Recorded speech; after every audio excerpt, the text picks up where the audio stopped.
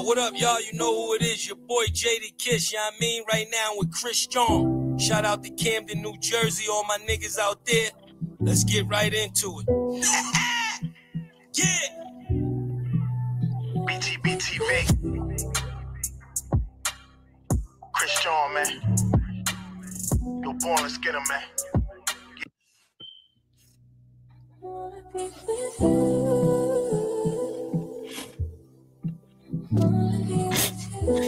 What up, y'all? You know who it is, your boy Sadat X, you know what I mean? Right now with Chris Strong. Shout out to Camden, New Jersey, all my niggas out there.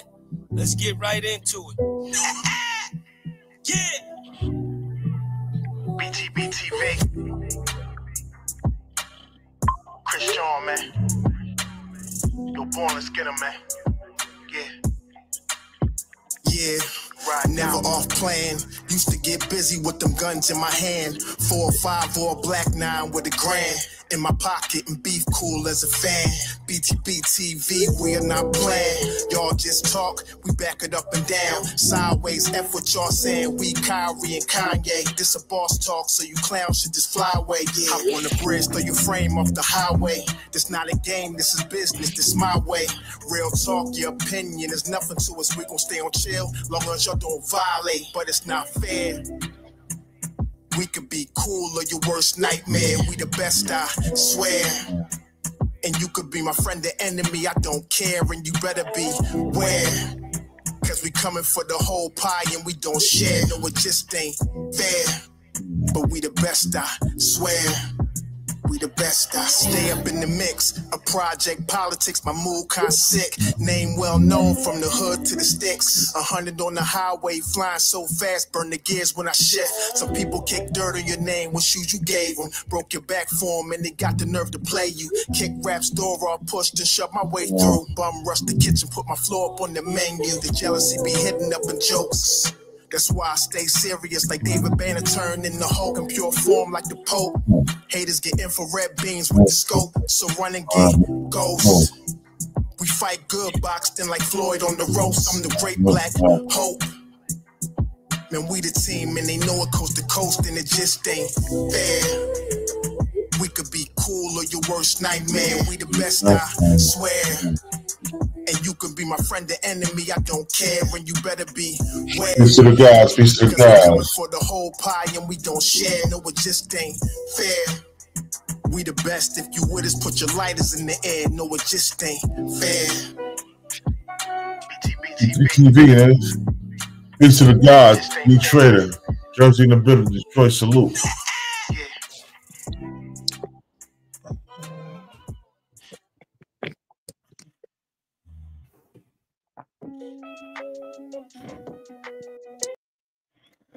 Gul Roach, my brother, what's going on, man?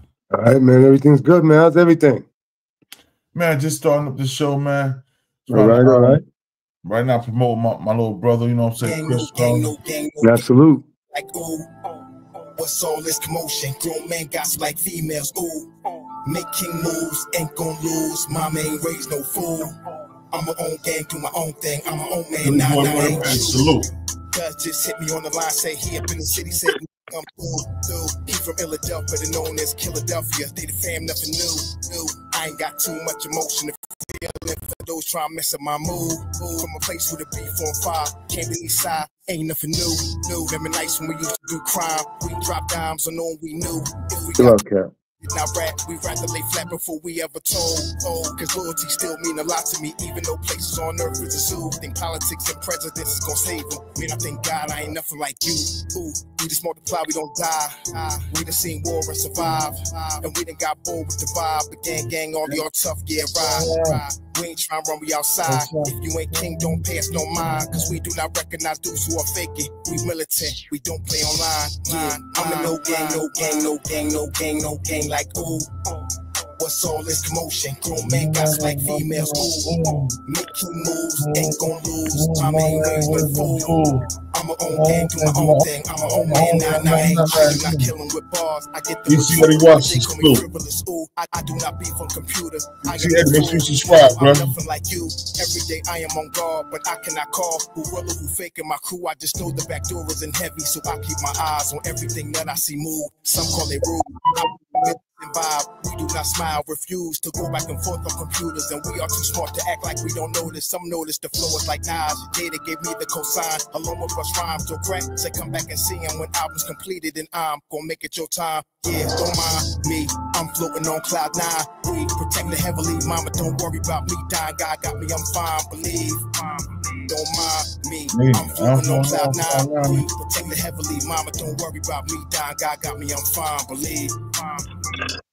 Yeah, I'm in no gang, no gang, no gang, no gang, no gang, like ooh. What's all this commotion? Grown men got like females, ooh. No gang, no gang, no gang. Shout out to my little brother Chris down in Princeton, New Jersey, BTBTV. Yeah, I got my brother Gangu Roach in the building. They call him Goo. I don't know what they call you. Why they call you Goo, bro? Why they call you Goo? I don't know. It just was stuck over time, man. How's everyone? Now, all wise civilized. I'm great, bro. Can't complain, man. All right. But you know I had to do this show. I want you to see what your brother Sadat X said, bro. Oh, okay. Right. Yo, man, I was like, wow, come on, Sadat, you God body, ain't? What's wrong with you, bro? Hold on, here we go, right here, bro. Shit, you understand what I'm saying? I got my square, and as long as nothing comes in my square, y'all niggas could have civil war on the outside. You understand? Some of the niggas champion it, okay, but then some niggas look like straight up bitches, B. No, this shit, no, that shit, no, this. Look like a fucking bunch of bitches, B. That's why I said, don't ask me about that shit again, B. I don't give a fuck.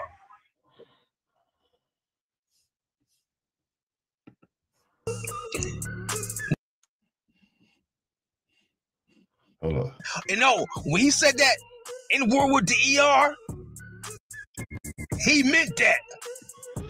He was saying that with conviction. It wasn't a typo. It wasn't a mistake, because he kept repeating it over and over, as you can see by these screenshots on your screen right now. He meant that. Typed that with his whole chest. Like that imitation black woman, Kamala Harris, said with her whole chest that she's not doing anything for foundational black Americans.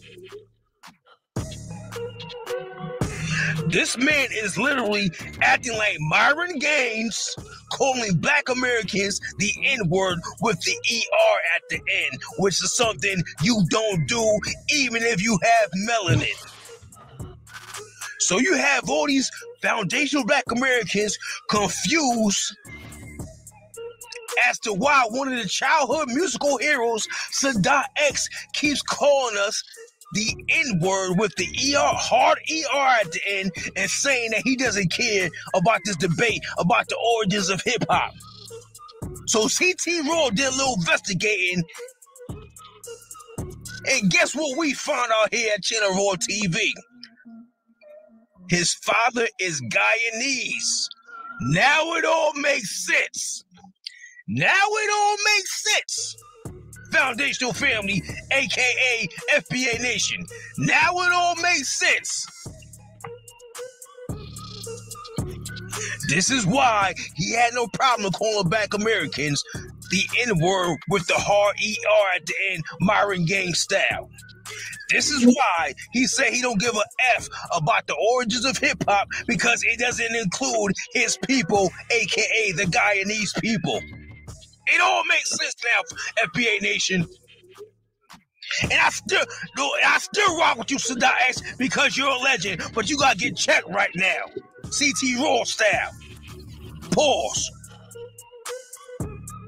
That's fair use, so fair use. Sadat X, you are literally tarnishing your whole legacy right now by what you're doing to foundational black Americans.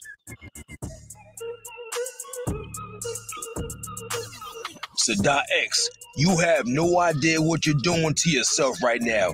You are literally tarnishing your whole musical legacy right now. We don't even care about finding out that you're Guyanese. We rock with non-FBA legends.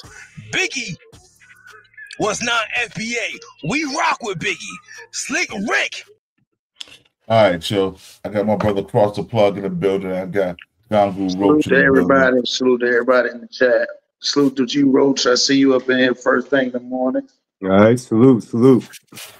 Yo, what I want to ask y'all is what y'all feel about Sadat X using the nigga word with the hard ER on it to disrespect black people, the black culture. I don't know. I mean, Sadat's a client of mine. I got the whole brand new being his clients. I talk to Sadat every once in a while. I mean, he's definitely on his own time, from what I see. You know what I'm saying? I mean, just from the aspect that he got a 9-to-5 job, you know what I'm saying? Like he chose to do that. Like he's like in his own world, it seems like, you know what I'm saying? Like when he says he's in his, you know, the square, like he's in his own space. You know what I'm saying? Mm-hmm. Now the ER part, I mean, with that intention, is kind of wild. You know what I'm saying? Right. I'd have to ask him what he meant by that. You know what I'm saying? If I ask him, he's probably going to start wilding out on me. You know what I'm saying? Nah, but you know what I'm saying? Me as being a member of the 5% Nation all my life, I feel as though it's my job to check him on this, because you claim a God body, but you moving like a savage at 85er. You know what I'm saying? You're saying F all these niggas, you know what I'm saying? You saying if there was a Fat Joe's face, they wouldn't say it. Who wouldn't say that Fat Joe's face is Sadat X? That's what I want to know. Well, I think Sadat is also upset, you know, I think it's all coincides when he popped up about this, like his feelings about the music business, all the bullshit, you know, that he's had to go through. You know what I'm saying? Now he, you know, facts featured. He said that facts. You want him to participate in this, you know, like there's no equity in it for him, you know? Right. Also on the same fact, it's like, why is it all correlation again? Come back with this Lord Jamar and stuff. Like, I think it's almost like they took this and made it too personal. When at the same time, if you wanted to go at one person, you deal with one person versus you talking about when you're speaking to an audience instead of speaking to an individual. Well, you know, your background, parts of heck, your background's echoing, bro. You know, it off. Do you think this Tariq Nasheed thing documentary kind of like started all this off, like the root to all of this? Well, my thing was I never saw it, so that's why I think that's the crazy part. I don't know if it was always the elephant in the room and it took something like that to make a wave for the whole community.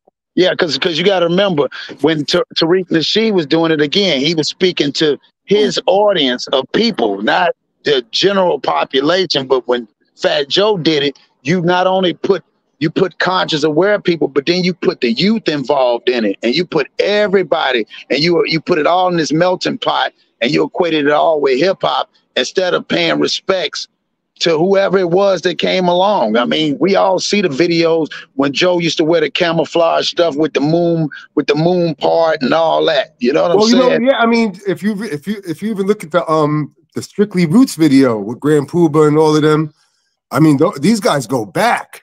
Right. Back from, like, they're all incorporated with the Valley Boys and all that stuff. Wolf. I mean, all these guys knew each other like 1990, even earlier than that. You know what I'm saying? Joe, I think Joe, you know, he probably feels that he has like some type of, I mean, he's put so much work in this business, and he's from Bronx River. He really feels like, you know. I think one of the brothers said he ain't from Bronx River. I mean, no, I'm sorry, he's not from Bronx River, but I know he's incorporated with, like, you know, a lot of Zulu cats and stuff like that. I knew he knew Big Smitty and stuff like that. I mean, you know, Smitty's told me, like, you know, how he's known Joe, and they were incorporated, you know, and stuff like that. You know, from I think a lot of it has to do with a lot of the brothers were saying, even with the 5%ers, because he say God body. I think it was being part of something You know, it's different between being part of something and being in something. Meaning as in when other people was given knowledge, maybe he didn't get the knowledge that he felt like he could have got because, again, he was a part of it. He wasn't in it. He was a part of it. I think that's where maybe that could have been the bitterness of it. Maybe he didn't feel like he was accepted or he was trying to be accepted from any side of the fence. You know what I'm saying? I don't know. I mean, said again, but if you look at it as real estate, he put a lot of real estate in the game. You know what I mean? So he really feels like he has, well, his word is law. I'm not saying he's right, but if you just go by stats, he put a lot of real estate in the business. That's going to boost your ego. Yeah, to an extent. Yeah. Because remember, it wasn't his money; it was his brother's money. Money man. Okay, I didn't know nothing like that. Hey, see, if a lot of people don't know, you got to put context on it. His brother was a big-time drug dealer in Forest. His name was Money Man. Wow. If you go to Forest Projects, they got a mural for him right there at the Hamburg Court. Wow. Okay. Yeah, I didn't know that. Just like I heard somebody bring up the situation with the Tony Sunshine thing, and I didn't find that out. They said, you know, he dedicated Carl to Tony. Said, but they didn't even get along. No, they didn't. So that's crazy. Like it's almost like he's taking and gravitating for validation. I mean, you do a salute to Tony Sunshine, but the word was he didn't even rock with him. They was cool at first, but towards the end, they didn't even rock with him. I'm sorry. My morning wake and bake. Go ahead. Yo, Heck. So, what you think about what Sadat X said? Yeah, I think I was trying to really make sense of that whole situation because we can't forget Sadat was part Brand Nubian. You know what I'm saying? And right, to me, it looks kind of like something is really different going on in the background that we don't know about. Because now Sadat X said that, and you a Brand Nubian. We understand you're messing with Joe right now. We understand you signed under Rock. You know the whole situation. We understand the dynamics of that. But I don't think Sadat X is just gonna flip like that for Joe. You know what I'm saying? It's got to be something we don't know about that's going on in the background with the Brand Nubian and Fat Joe. It's got to be that because that's the only way you can put it in proper context. Because now with Sadat X saying that, the way he's acting caught me out of bounds. I'm like, whoa, what the hell? So I'm like, wait a minute. It's got to be something boiling in the background that we don't know about. You know what I'm saying? There's got to be. Because shit ain't just going to blow up out of proportion like that. And then Sadat X knowing that, hey, that's his man. Lord Jamal and them is his mans. Like that's his man. They did money together and everything. So for him to act that way, I was like, it made me think. Like something is wrong here. We're not being told something. Something is wrong here. So do y'all think on the flip side too, would it be something like yeah, that's crazy because again, like you said, could it be the fact that I don't know, I've never seen it. Has Fat Joe ever gave props to Brand Nubian for showing, you know, for being a part of, you know, being a part of that? Or I know him and Pooba. I know him and Pooba got some history. Yeah, him and Pooba got some history. Yeah. So that's what I'm saying. That's why I'm confused. Now I'm confused because, like I said, you know, Joe threw some shit in the air. I think he was in his feelings bag. I think he was in his feelings bag, and like I said, it's got to be something behind it because Sadat X got knowledge himself. He ain't no dummy. You know what I'm saying? And for him to come out like that, there's got to be. We got to fish that out, man.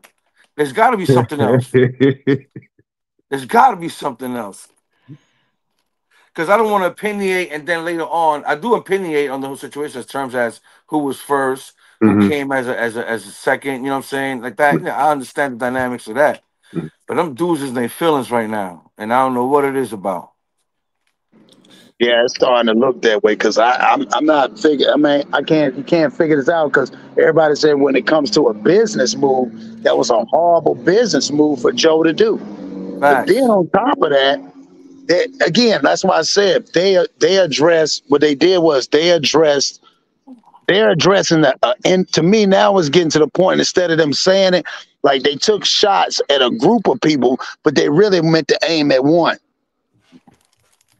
And I think whatever that is, and they just happen to pull other people in.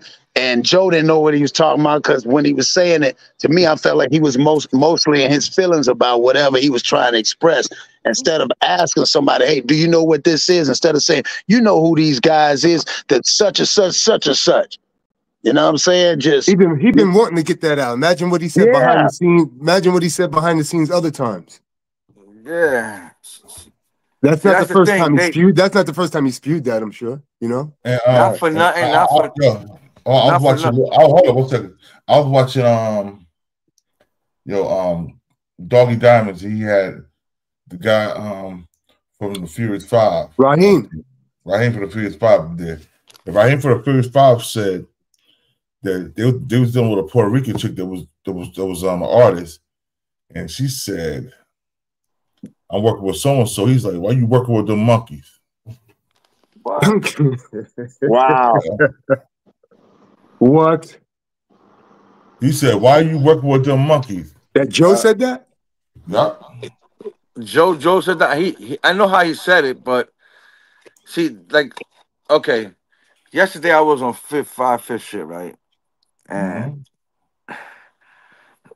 they do, some people just not straight shooters. I'm a straight shooter, straight off the hip. You know what I'm saying? Right. They got 3 words in Spanish that mean something that people sometimes take out of context. For example, I know what you're talking about. The incident. He said in Spanish, he said trepapalo. That means tree climber monkey. Okay? That's crazy. That's fucking crazy right there. Wait, what did you say? What's it called? That's crazy. They got 3 words. And they the ones that look like monkeys. You see that? Some bullshit. Who look? No, he don't look like. I don't look like a monkey. I'm good. Yo. Yeah, but how could they call us monkeys? You putting us in a bus. That's a whole pot. You know what I'm saying? He felt that way. You know what I'm saying? Mm-hmm. The trepapalo means a tree climber, which is an analogy of a monkey. Okay. Then you got the basic words like moreno, which means dark-skinned brother. Okay.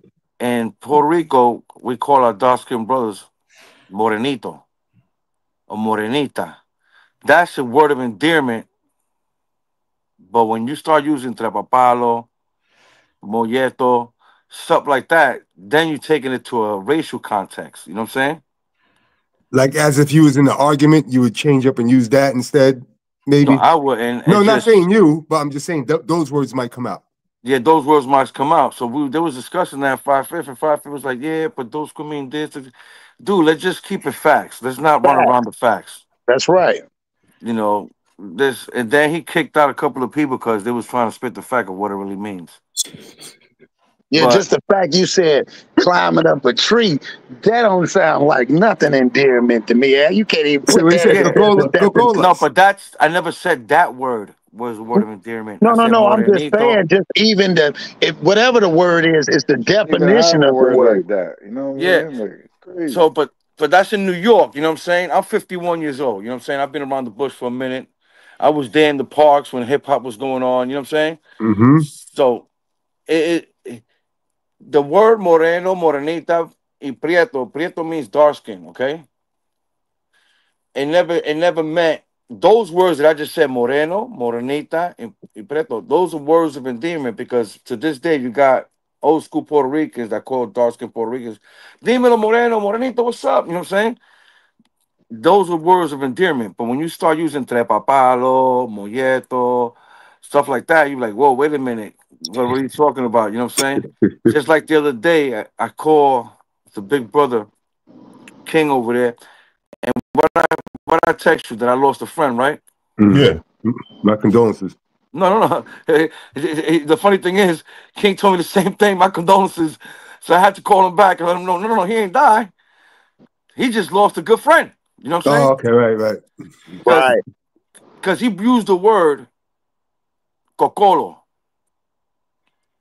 Cocolo is the same word as using the ER in the end of nigger. You know what I'm saying? Gotcha. So I was like, yo, do me a favor, don't use that word no more. Because one thing I'm not is a hypocrite. You know what I'm saying? One thing I'm not is a hypocrite. I can't stand hypocrisy.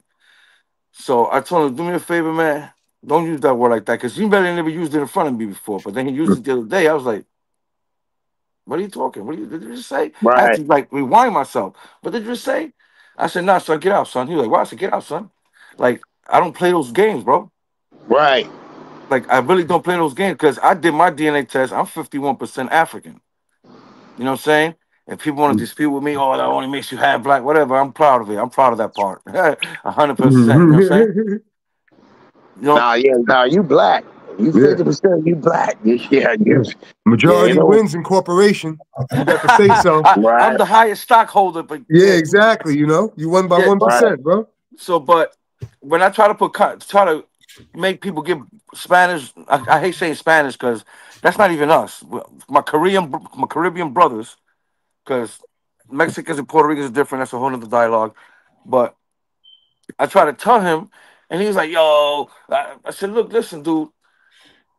When you use words like that, you're gonna say it in front of the wrong person, and you're Facts. gonna get your head flown off."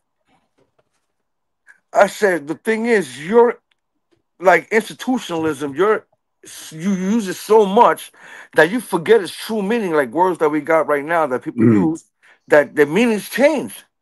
Okay. But those meaning to those words, I told them, will never change. Facts. So I don't know how you use those words loosely now when we wasn't using them back in the days. Yes, you had just stupid, uneducated, Caucasian inherited Puerto Ricans that didn't have the knowledge itself to know that, because there was separatism in Puerto Rico too. Dark skin over there, light skin over here. You know what I'm saying? Right. Light skin over there, dark skin over there. Separatism was everywhere because remember, the crackers came and colonized everywhere and they put their mentality into people's brains. You know what I'm saying? But now you right about that, Hector. But see, this is where Yeah. I get confused because y'all are absolutely right in y'all culture. Y'all had dark skin and light skin. But one thing about it, you still all of y'all still were Puerto Rican. Regardless, you can talk about it. Yeah, we talk about each other too, light skinned dudes and dark skinned dudes. That's something different. But when another culture comes out and do it and say, well, they did it to us. Well, you know, where I lived at, we were dark skinned and light skinned, but you're not talking about different cultures of people. You're talking about your culture, and that clashes even back in the days. They used to do that in Rochino back in entertainment world. They call it the brown bag, the brown Yeah. bag test, Yeah. Yeah. where they took the Yeah. brown paper bag, right? And The one that drop rule. right, Correct? and The one drop that was rule. versus light skin versus dark skin black people, but that didn't have nothing to do with me going to another culture like you just said and using words like that, knowing that it could, if anything that could be offensive, probably is. See, the thing is, I don't like to use the term as me personally, okay, brother, just not everybody else, just me personally. I don't like to use the word, oh, you Puerto Rican, you black, because I'm black. Right. You know what I'm saying? Because people keep forgetting that 500 years before they came to the Americas, the port of entry was to Puerto Rico. People keep forgetting that our blood's been mixed for more than 500 years. Oh, so it's a deep seated thing. See, that's what I don't understand. Our roots go back with Africa before Christopher Columbus came to America. So the Caribbean area, the whole area right there, they was conquered. Remember, first by the French, then the Europeans. You know, they was going around. They was just trying to take advantage of the little islands and the Indians that was down there. You know what I'm saying? So then when they came with the Africans from Africa, see they had like a whole state named Negro, which was where the transatlantic slave happened at. You know, the whole section that said Negro.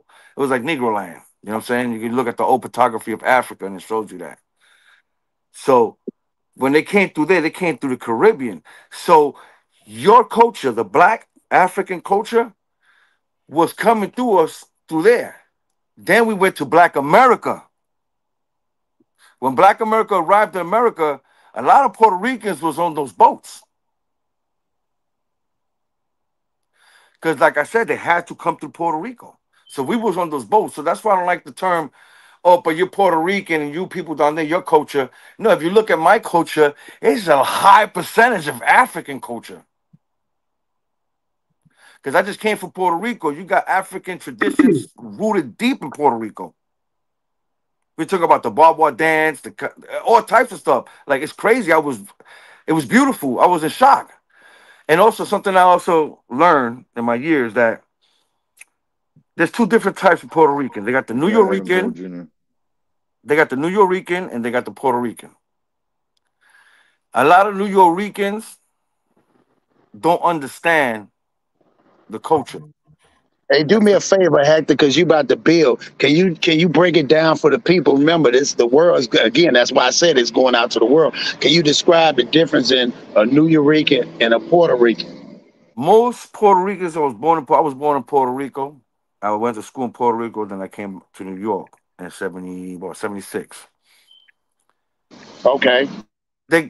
Puerto Ricans, like, for example, if the brother Jamal, right, you go to Puerto Rico, right, they're gonna accept you with open arms. There's gonna be no getting scrutinized, none of that. It's gonna be open arms. Dímelo, morenito. Ah, it's all love. Yo, get that sit down and shut up dude up out of here, man. He ain't talking nothing real. What happened? What happened? No, not you. Some dude in the chat talk about FBAs want to replace blacks with mulattoes. What the hell does that mean? Some goofy shit. And then you got the pure Puerto Rican who knows his culture. Because they in the island, you know what I'm saying? They know the culture. They know the direct descendants of Africa. Now, a lot of people say, how can they be direct descendants of Africa when they already had Indians in Puerto Rico? Okay, the answer, that's going to be it. A lot of Taínos, which was Arawaks and Carib Indians, help a lot of African slaves escape. So that's how the blood got mixed. So people in Puerto Rico, they know for sure, their heritage, their background, they celebrate it. It's celebrated more than any Spanish tradition. I'm telling you that right now. Like, because, they colonized Puerto Rico and all of their traditions came to the island. You know what I'm saying? But African tradition is more celebrated in Puerto Rico than any other tradition. It is crazy and it's beautiful. I advise you guys, if you want to know more about that, go over there and pay a visit, bro. All right, now we got my boy Jamar Milton in the building. Jamar, peace, salam alaikum, Aki. Peace to the gods, salam alaikum. Peace to the gods. Yo, peace. Do it. All right. Morning. Yo. So I'll give a little bit of clarity to the situation. All right. So out of Brand Nubian, when you look at Brand Nubian almost like you look at what's the name of that group? TLC. Yeah, TLC, okay. Okay. It's like the male version of TLC in version of consciousness. You got crazy, sexy, cool. It's like 3 different personalities. Facts, yeah. Okay. Immediately upon coming into the fold with the group and being accepted by the group, I noticed the splits in personality. Okay. Lord Jamar would be like the most aggressive one, you know what I'm saying, as far as militant knowledge, wisdom, understanding, boom, boom, boom. He kind of draws a hard line on where he's going to do things. You know what I'm saying? You pretty much can tell where he's going to go with it. You know what I'm saying? This is with all 3 of them. Puba is just super, super cool. You know what I'm saying? Like, he don't want no problems with either side. He laid back. You know what I'm saying? Yeah, I like he just, you know what I mean? He just, everything is like, it's not that he don't want no smoke, he just don't want to be in the smoke. Nah, he's just not his character. You know what I'm saying? Yeah. He's gonna avoid confrontation if it's possible. You know what I'm saying?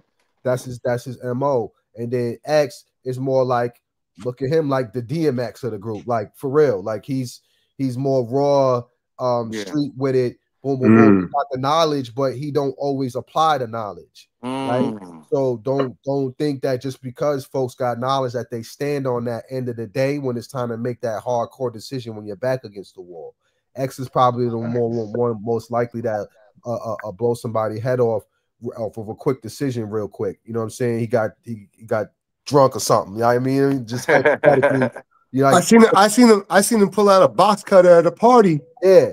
Not even that long ago, like 5 years ago, over getting in. Super facts. He didn't even get in yet.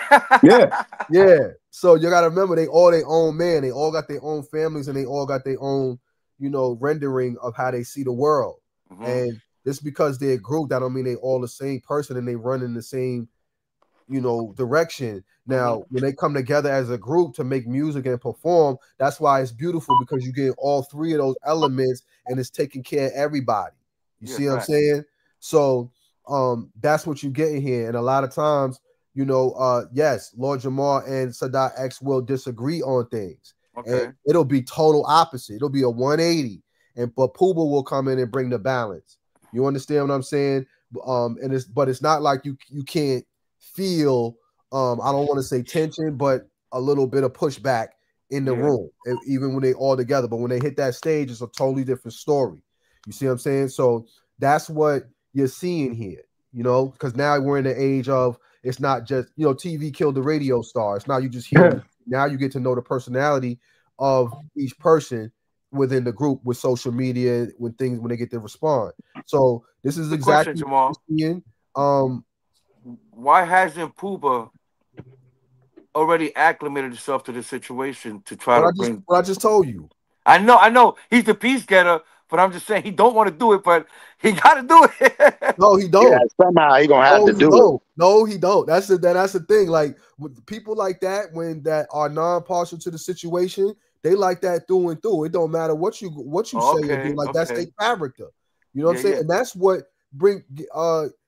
makes Pooba like loved mass wise. It's because of the character, the loving type of person that he is. You know what I'm saying? Which is just everybody. He's that type of dude. You know I get what you're saying. Sometimes when controversy comes along, that's the only time cool people you be like, nah, you know what I'm saying? Because we got to do something. You know facts. You feel me? So that's what you're experiencing here as far as the personalities of the group 100%. Like, I know it 100%. You know, just from them and the conversations I've had, you know, with them. No, you're right. And the best, and you can't debate silence or the truth. Right. Sometimes that's the better way to go, you know, when you don't have a stance on something. Yeah, I respect that. But remember, they're a group. What one does affects all. This ain't the 1990s, 1980s, bro. Like, everybody grown now. Like I said, everybody grown now and have families, boom, boom, boom. Every man standing on their own too. Like, you know what I'm saying? They're not kids no more. So, yeah. I'm just talking about the brand aspect. You know what I'm saying? Yes. Now, Brand Nubian, they move as a unit. You know what I'm saying? Sometimes, you know, X not there or whatever, or sometimes Pooba not there. He might be sick or whatever. That's just what it is, bro. Like, we're in a different age right now. Hip hop is very, very different, and this is the first time that we're seeing the mature part of hip hop. You know what I'm saying? And how we have to handle these things. You know, we never seen this before.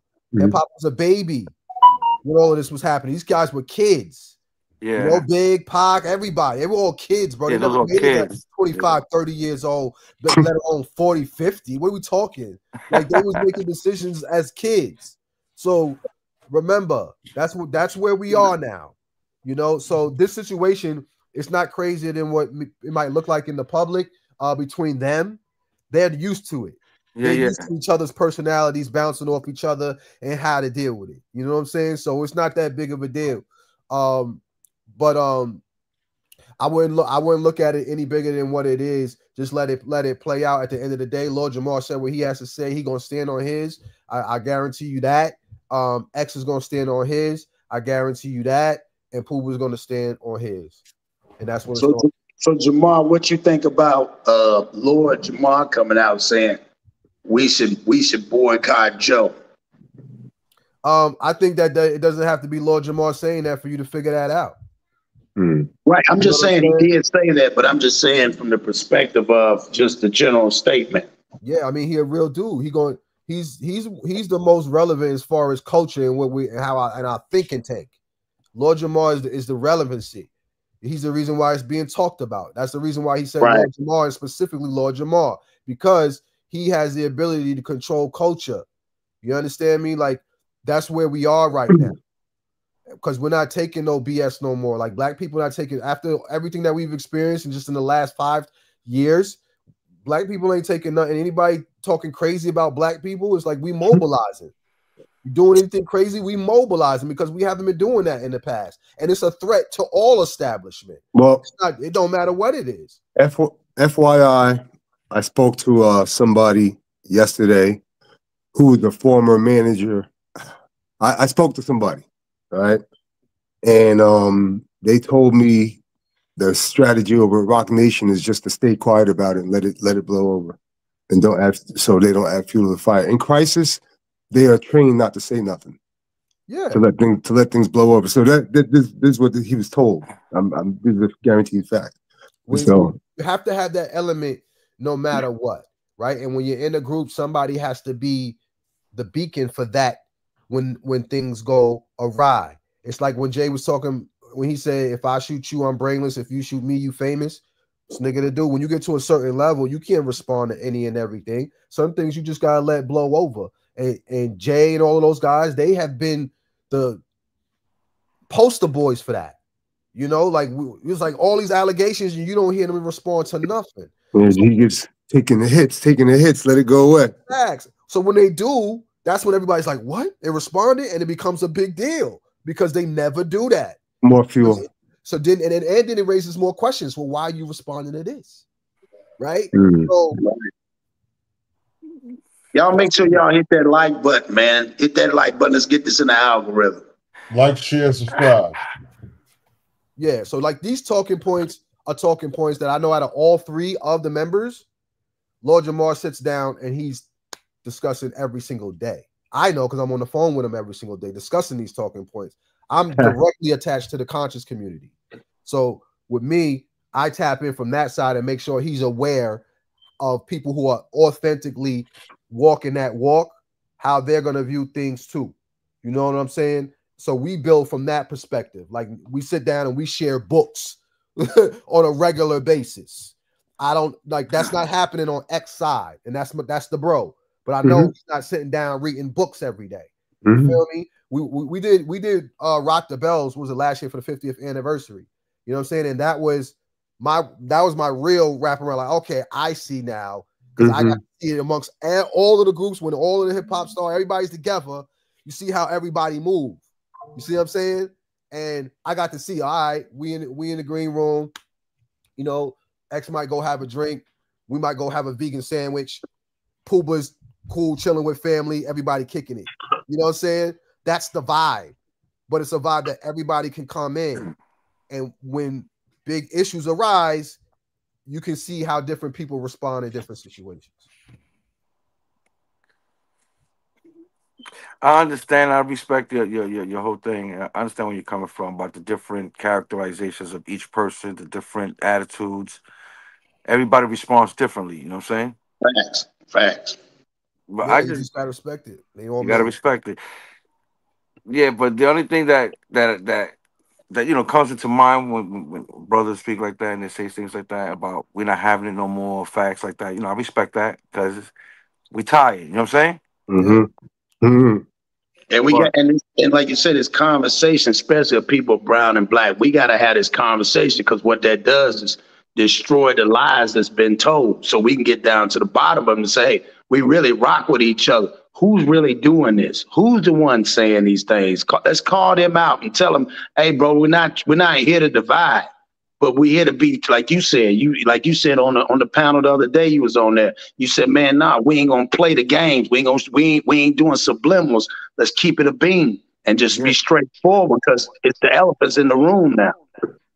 Yeah, that's a fact. Oh shoot, pun intended. That's the one. Wasn't that the name of one of his albums? Yeah, Elephant in the Room. You look like that's the name of the new joint coming out. You see that? Next, yeah.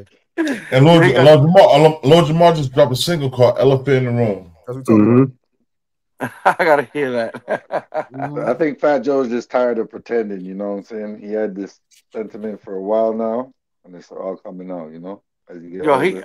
I swear, he deserves all the energy he's getting. Wow. I think Heck could even address to this. Like even in the Hispanic community, though, there are some who steer towards a more urban, more culturally sound walk of life, and then there are some who lean towards that Caucasian and want to fit in with the American lifestyle. life of the Hispanic culture. You know, when I travel back and forth to DR, you know, I see how they go back and forth with different even levels on that and class systems of how people act. You know what I'm saying? It's just you can find that in any culture. You know what I'm saying? Some of them want to lean towards the more of the colonialized lifestyle.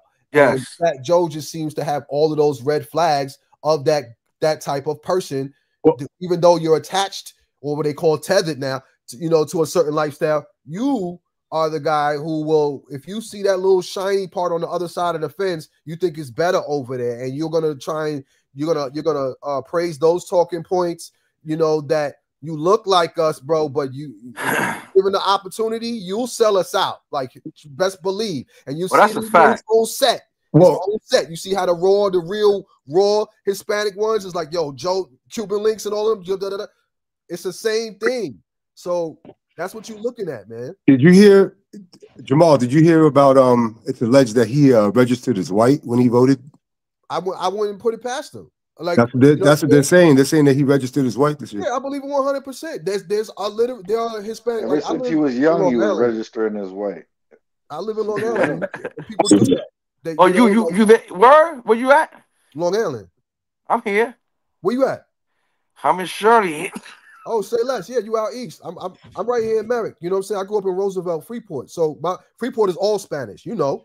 I'm right off the Hampton Bays. Yeah, Freeport and Roosevelt is now all Spanish. That's where I grew up. You know, they say the Pledge of Allegiance in Spanish now. Yeah, so, and for Freeport and Lindenhurst, there's a lot of brothers over there too. Yeah, bro. Like it's hand in hand with Black and Spanish people in this area. So and we live in a predominantly white counties. Yep. And I see the racism every day, and I'm dealing with it every day. See, I'm more vocal and I'm physical. I'm sorry. Yeah. I take it. I smack white boys on the regular out here, but that's because a lot of them is loose with it out here. You know that. Yeah. So now that you're here, I'm glad somebody's here because I need to let something out. New York is a whole different species. Yeah. So now you see that, and that's what I was trying to tell people the other day. The energy, yes, he deserves all the energy he's getting. Joe deserves every effing ounce of energy that he's getting. Because you reap what you sow. You sow them seeds, now you're reaping. Hey, good morning, gentlemen. Top of the morning to y'all, gentlemen. What up, Big E, baby? Heck, what it do? Cross, what up? I tried to holler at you last night, but they was playing hockey over there. Oh, I know, heck, it's all good. But let me ask you, gentlemen, a question. Hold on. Do you think going forward, do y'all think going forward, like say for the other Guyanese, certain Puerto Ricans, do you think they'll have it as easy going forward? Because you remember back in the days, we had no idea that these people were feeling like this, right? So now you got people like the Sadat X's, and you got other people coming out using this kind of language and showing this kind of vitriol. Wouldn't that kind of make it harder for quote unquote tethers going forward? If we know you're not one of us, why should we support you? Because the people of the past are showing their true colors now. You get what I'm saying? Yeah. I want to answer that partially. When you say us, who's us? See, that's what everybody. Well, I mean, I'm saying like anybody that's non-FBA. Hold on 1 second. Somebody got an echo in the background. It ain't me. It ain't me. All right. E, go ahead. We're gonna mute E while you talk. E, we're gonna mute up while you talk. So you get what I'm trying to say? I'm just saying. When you say us, who falls on the us? Well, I'm saying like people that's non-FBA that want to get in the rap game. You get what I'm saying? Like, we didn't know. Like, you see how Sadat X, we finding out he is what he is now, right? Guyanese or whatever. You see Joe, I'm just saying not saying so much as like say just a Puerto Rican, but these other groups that's spitting this racism now all of a sudden. You know what I'm saying? It seems like that a lot of people we didn't think were racist are racist. Like, we didn't think Fat Joe was racist. You know what I mean? We didn't think that. I didn't think so. Yo, Lord Jamar's half Guyanese too. That ain't no, Lord Jamar not half Guyanese, bro. That's Sadat X. He said Sadat X. I remember Lord Jamar saying it himself too, but yeah, but he's not showing. But see, here go the thing: you could claim something, right? But if you're not showing racism, then okay, we rocking with you, right? But then if you're gonna start calling us that hard ER, and then stand on what your lineage is, that sounds like you're being racist. You get what I'm saying? It's like, bro, so now with a lot of people, or with people feeling like Joe is, what if it's a lot of people like say going forward, the quote unquote tethers that might want to get in hip hop?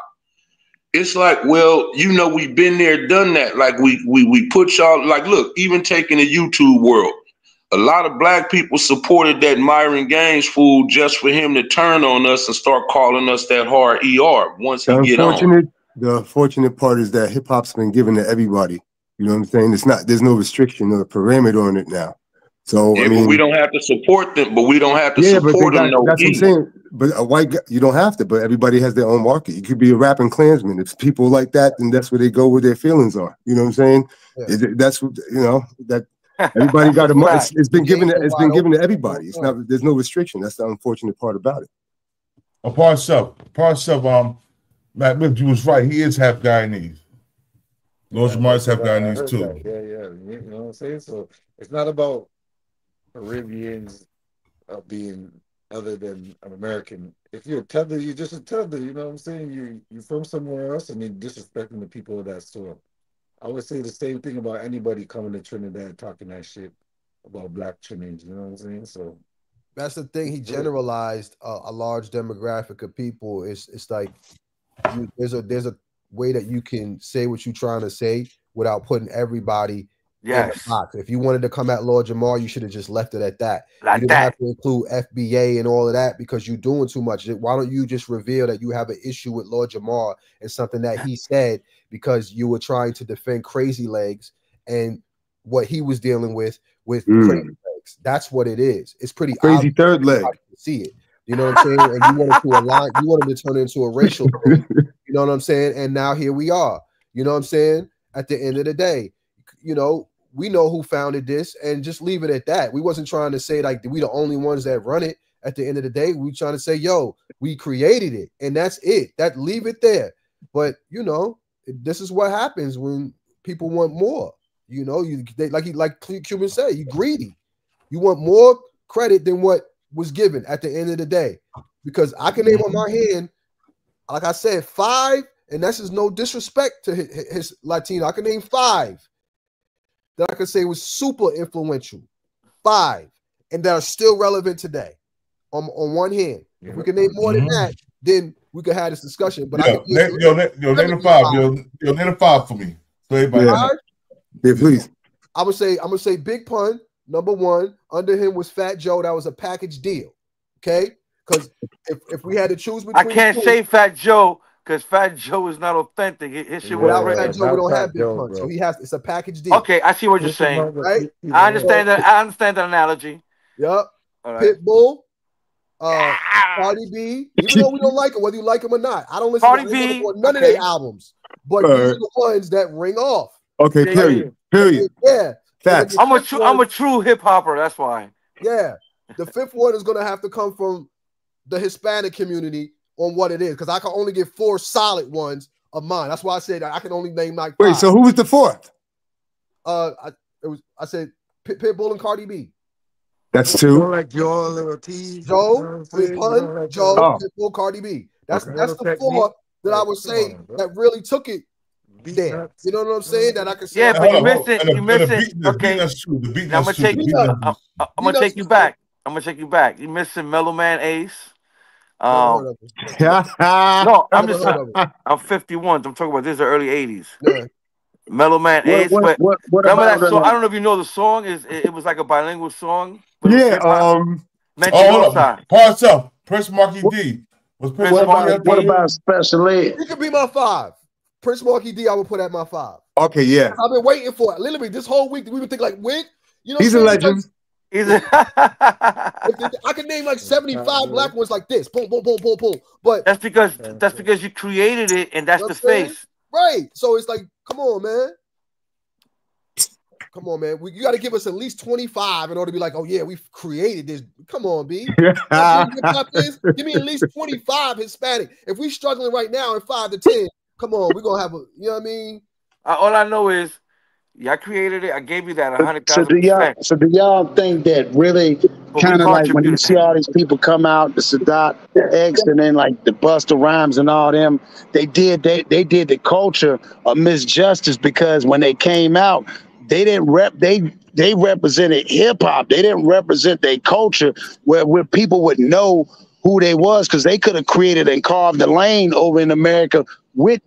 Busta Rhymes could have went not strictly Caribbean, but he could have had those type of things. Now all of a sudden it's like it's coming out the woodworks. Well, I'm one. It's like, well, why didn't you say that like back then and added that to the hip hop pot so we would know that? Why would you keep that quiet to then turn around and blow up and then say I had a part in it and these were the people? Well, nobody, like I said, hip hop was a baby. Nobody knew it was going here. They wasn't trying to do this for money and attention and all that. Like these dudes was having fun, you know, they were kids and it was going somewhere and everybody was on the wave, you know. But now that these things are issues, they weren't talking points back then. It just wasn't. Hip hop was about fun and getting out of the struggle of being in the inner city. Parcel. Somebody said Fabulous pre-crack. Maybe for Hispanics. No, Fabulous and Petey Crack is half and half. They both have black, half Hispanic. Yeah, Puerto Rican. They both have Puerto Rican and half black. Dominican Fabulous. Fabulous is Dominican. Some of the Dipsets is Dominicans, Puerto Ricans.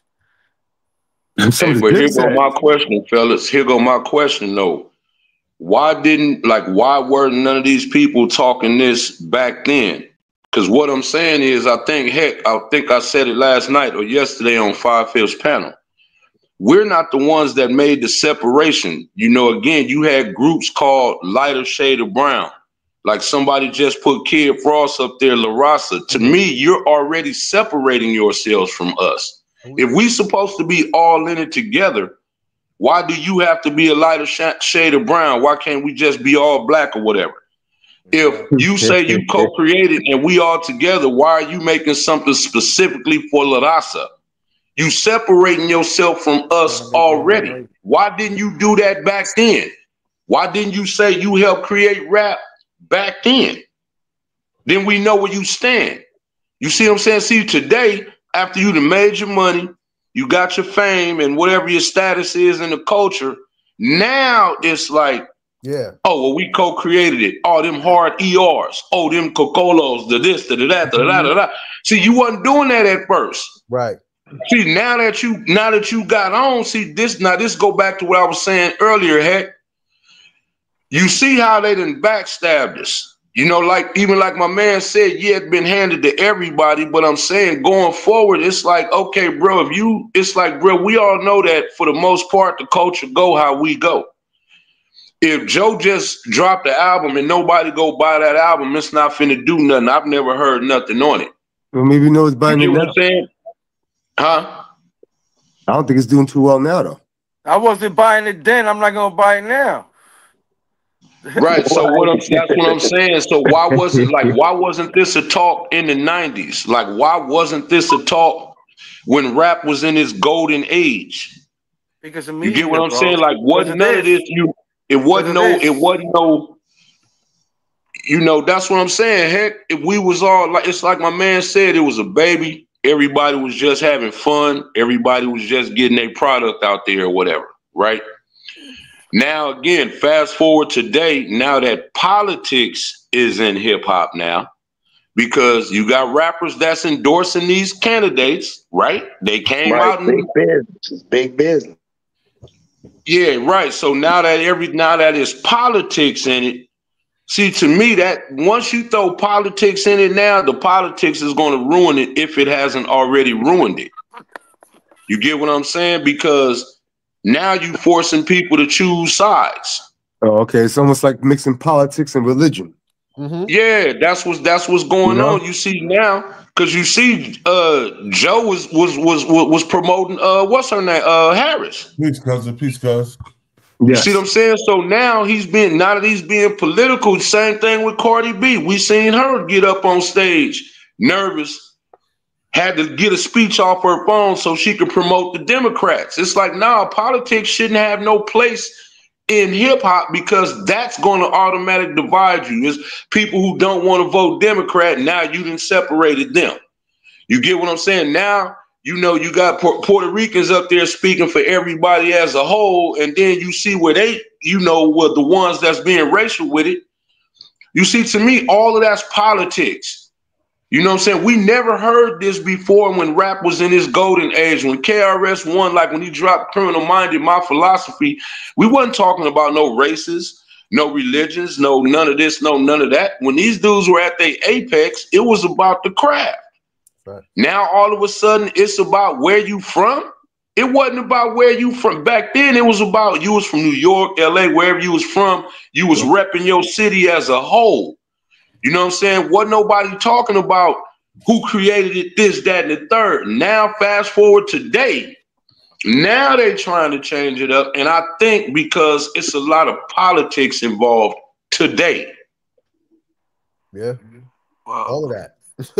It's a melting pot, you know? It's facts, but you got to understand is in everything, there's politics in everything. It might not be like Republicans and Democrats, but it's politics and everything. Gangs got politics. It's politics and everything. You know what I'm saying? It's been going on for years. Yin and yang. You know what I'm saying? It was, but it wasn't like okay, what I'm saying is like, for example, in the 80s, what was the KRS One song? Sound of the Police. He was educating shit that's happening still to this day. Mm-hmm. You know what I'm saying? But who was openly promoting? But I'm asking who was openly promoting candidates now? See, Joe was out here specifically campaigning for Kamala. See, what KRS was, like you said, the sound of the police, why is that, et cetera, et cetera. See, he was talking about the issues. I understand now. You know who did it? Lil Wayne for Donald Trump. Okay, why don't we keep going? Lil Wayne supported Donald Trump. He went on TV and everything. Remember that? Yes. He went to the Trump Towers, had an interview with him and everything. Is that because he got caught with the jet plane with them guns? Yeah, didn't he have a case? He was trying to get pardoned. Yeah, he got pardoned. He was trying to get that presidential pardon. Yeah, he got caught with a gold gun or something like that. At a cost. And the cost was he had to show his face for him. You know what I'm saying? At a cost. Yeah, but Joe was out here talking about niggas is crazy for not voting Democrat. Like, he was openly politicking though. Like, no, you need to be voting for Harris. Because it's like, nah, bro, that wasn't what hip-hop was about. Hip-hop was about telling your story from where you was from out your city. Like, you know how New York was talking about the cipher and how y'all used to do it. You know what I'm saying? LA, we talked about how we did it out here. You know, each down south, everybody just talked about the urban landscape of their city. Wasn't nobody out here openly endorsing no presidential candidates and stuff like that.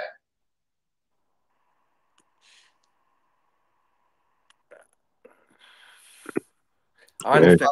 Hip hop was like, from when I came in when I was young, I always seen it as something that was anti-establishment. I grew up on Long Island where everything was Public Enemy. You know what I'm saying? So we wasn't really with no government. It was like government shut down. It was totally anti that. So to see something like this going on is weirdo activity in my default mechanism, my default operating system of what hip hop is about. Politics just didn't make sense in the music. You know, we rap about politics and what was going on, you know, and how they was oppressing us. Yeah, facts. So I don't think it was bringing our community aware of what the government was doing to us. Yes. That was the whole message of most hip hop back in the days. Facts. X-Clan. X-Clan, Public Enemy. Forgot all about them, yeah. You know what I'm saying? Like, that's what those were the ones that I looked up to and I listened to. Arrested Development. You know, I was on that wave. I didn't listen to the gangster stuff. I wasn't even allowed to growing up. You know what I'm saying? But you from LA? You listen to De La, right? De La. Hell yeah, De La Soul. That was my wave. You know, man, hell yeah. De La is all that, bro. EPMD. EPMD, that's all Long Island. Like, okay, what? but yeah, okay. Yeah, like that's the ones when we walk in the store, those pictures is up. You know what I'm saying? We don't got Jay-Z and Nas up out here. We got those guys. Flav, Chuck D. You hear me? You know, maybe you might run into Bus because he was running around Uniondale, which is 5 minutes from here. Well, is he from Long Island or Brooklyn? Yeah, Bus is from here, but he was shout out Brooklyn. You know what I'm saying? He from Long Island. Like literally, he'd be going to the different high schools battling you know, different people and stuff like that. And he still comes back here regularly. Like, you know what I'm saying? My friends got records with Bus, you know what I'm saying, and stuff like that, like tucked away. Like, wow. Dope. And just for the record, bro, growing up, I was E-double. I ain't gonna even lie to you. EPMD was my group, nigga. I was E-double growing up. Yeah. EPMD is my favorite group of all time, probably. but I want to ask y'all, I got Stackstone in the middle. Stackstone, what you think about what Sadat X had to say? Salute to the people, man. Good morning, everybody. Peace, Sadat, man. Good morning, Stack. Good morning, y'all. I'm surprised at Sadat. That's surprising. It's obvious he has a relationship with Joe. You know what I'm saying? Like, to me, the situation with Joe is you seen Joe from the beginning come in with DTIC, right? This is my issue with Joe. And this is why you can see his racism, right? When Joe was fucking with DTIC, there was no Puerto Ricans in hip hop, bro. There was no. It was when Joe was. He was like a unicorn. He was the only Puerto Rican rapping at that time, right? It could be a few more, like a couple more, but I don't know them. You know what I'm saying? So Joe, what Joe did that I really don't like, when he got on, when Pun put him on and got him that talent, put him over the top. He didn't bring none of them DTIC dudes up with him. He didn't come back for Lord Finesse or Diamond D for production.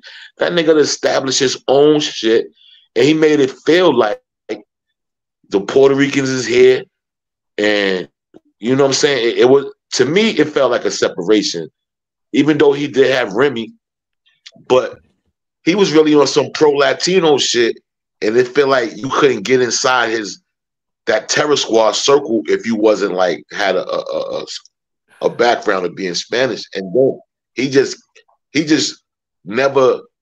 he never went back and get any of them his old school homies from DTIC, bro. And I knew all of them niggas. And he was the weakest one out of that whole crew. To be honest with you, DITC, he definitely was the weakest one out of DITC. To be honest with you, Joe was never talented to me. You know what I'm saying? He never was a lyricist. He was just a basic nigga that was big, that had a little husky voice. But he wasn't that nigga for me. Like, I never bought any Fat Joe album ever. I mean, he got character. He got character. That's what he got. He got character. He's a good character. Mayor of his borough. He represents his borough well. He got his team around him. But I seen racism from Joe, like, on a few occasions, especially when I was in jail. Like, he let it known that, you know what I'm saying? Like, it was just racism to me. Like, and when he got on, I didn't see him coming to get none of his old homies and nothing, putting them in position. Like, he could have put Diamond D in position on some production shit. You know what I'm saying? He ain't reached back out to that nigga. But I don't fuck with Joe. I never really fuck with him. Like, this has always been racism for me. Was Puerto Ricans, especially Puerto Ricans. Universal Truth Allah. I did hear King Central Flo Joe for Fat Joe. That's a fact. I did hear that. Yeah. Flo Joe was trash though. I ain't like that shit. I ain't like that shit. Was just gone. That shit was. He was overrated to me. Like, he never was a MC to me. He was just a character. You know what I'm saying? So he represented to me. But shout out to everybody in hip hop. I just didn't like the way. I ain't like the way Math allowed that shit to go down on his platform. And to be honest with you, I don't even think Joe really knew what FBA was, because he didn't even know the whole title. He talking about authority, like, you know what I'm saying? Like, I don't even think he knew what the acronym. He knew what the acronym meant. I don't think he knew that it was representing He might not know what it spelled, but he knew what the FBA meant, the 3 letters. Yeah. The intention of it. The energy. He didn't say Americans, he said foundational black authority. And then that's he what said, I'm saying. He didn't know what the 3 words meant, possibly, but he knew what the energy of the 3 letters meant. Mm-hmm. You get it? Yeah, the way he was like, these broke niggas. Like, so when niggas talk to people, like, and you say shit like, you broke nigga, that's a turnoff to me, because everybody don't have bread. You know what I'm saying? Niggas, like, I'm broke. I'm a hardworking man. I'm at work right now. You know what I'm saying? So I'm a broke nigga too. So he's a classist. He's a classist also, I guess. You know? That's what he appeals to. He appeals to the black people that admire that. Yo, homie, I'm one paycheck away from being homeless and shit. So I took that offensively when niggas with money, and this niggas out here working. I work hard, son. I make close to 6 figures, but I'm still broke as a motherfucker because of New York, where I live at. Yeah. You feel me? Right. I got child support. I got all kind of bills and shit. So when he said that broke nigga shit, I was offended. I was fucking offended. Everybody else had bread, son.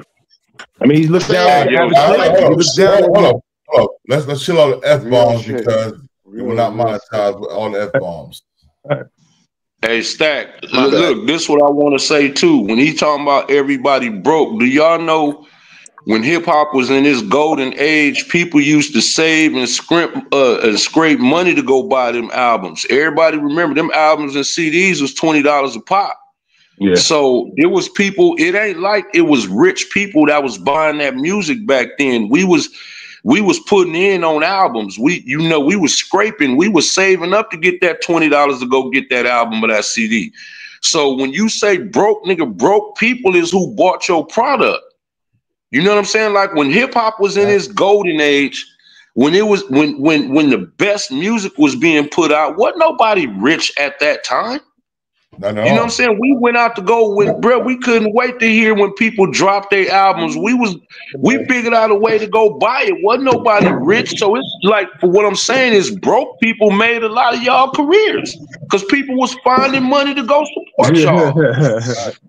And that's why the clubs are so crazy, because most people, that's where you're gonna go to hear the song. The DJs had the album first, and you would get to hear it at the party, and then it would segue from there. But everybody didn't have it like that. Like really, nobody had it. Hip hop hadn't matured to where people was getting money like that. Right, spending their last dollar on going to the record shop and buying them an album, just to listen to for the rest of the damn year.